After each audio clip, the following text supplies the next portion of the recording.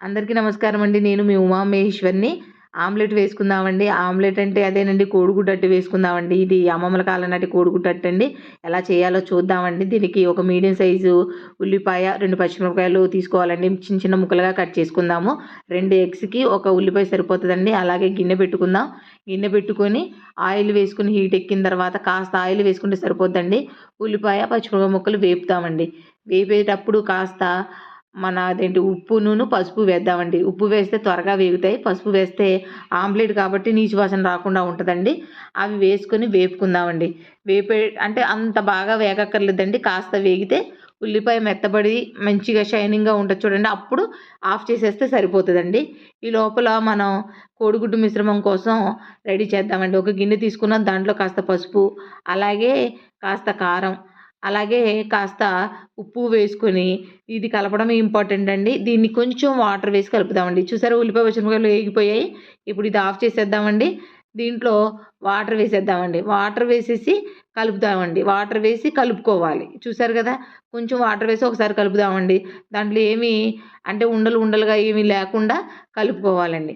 మళ్ళీ ఇంకొంచెం వాటర్ వేద్దాం. కొంచెం వాటర్ వేసి ఇది కలిపేస్తే ఎగ్లో ఈజీగా కలిసిపోతుందండి. ఇప్పుడు 2 ఎగ్స్‌ని పగలగొట్టి దాంట్లో వేసేద్దామండి. ఇది కలిపేటప్పుడు ఫోర్క్ వాడితే ఈజీగా కలపొచ్చండి.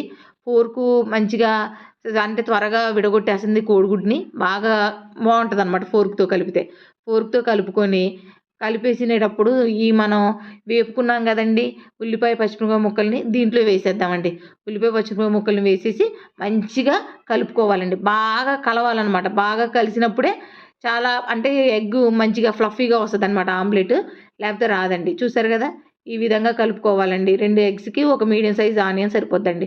మళ్ళీ బాండీ పెట్టి ఆయిల్ వేద్దామండి. ఆయిల్ వేసి హీట్ ఎక్కిన తర్వాత ఆమ్లెట్ వేసేద్దామండి. ఇప్పుడు సిమ్‌లోనే పెట్టుకొని ఆమ్లెట్ వేసుకోవాలండి. సిమ్‌లో పెట్టేసి ఆమ్లెట్ వేసి ఒక్కసారి కదుపుకొని ఆ వాటర్ ఉంది కదండీ, పైన వాటర్ అదంతా అబ్జర్వ్ అయిపోయేదాకా సిమ్‌లోనే ఉండాలి. అప్పటిదాకా హైలో మాత్రం పెట్టకూడదండి. ఇది మనకి రసంలోకి, సాంబార్‌లోకి, పప్పు టమాటాలోకి అద్దిరిపోతదండి. ఒకసారి ట్రై చేయండి. చూసారు కదండీ, ఇప్పుడు వాటర్ ఏమీ లేదు కదండీ. ఇప్పుడు తిరగవేసేయాలండి. తిరగవేసేటప్పుడు తిరగవేసిన తర్వాత అప్పుడు టర్న్ చేసుకున్న తర్వాత హై ఫ్లేమ్‌లో పెట్టుకోవాలండి. అప్పుడు ఆమ్లెట్ ఫ్లఫీగా వస్తది. బాగా ఒక్క క్షణంలో వేగిపోతదనమాట. అదే సిమ్‌లో వేగితే చప్పబడిపోతదండి. ఇప్పుడు మాత్రం హై ఫ్లేమ్ పెట్టుకొని వేపితే అదిరిపోతదండి. ఇది ఒక్కసారి ట్రై చేయండి. నచ్చుతుంది మీకు. మా వీడియోస్ గనుక మీకు నచ్చితే మా ఛానల్ సబ్స్క్రైబ్ చేయండి, లైక్ చేయండి, షేర్ చేయండి వీడియోస్‌ని. చూసారు కదా, ఆమ్లెట్ మాత్రం ఒక్కసారి ఖచ్చితంగా ట్రై చేయండి. ఉంటానండి, మీ ఉమామహేశ్వరి.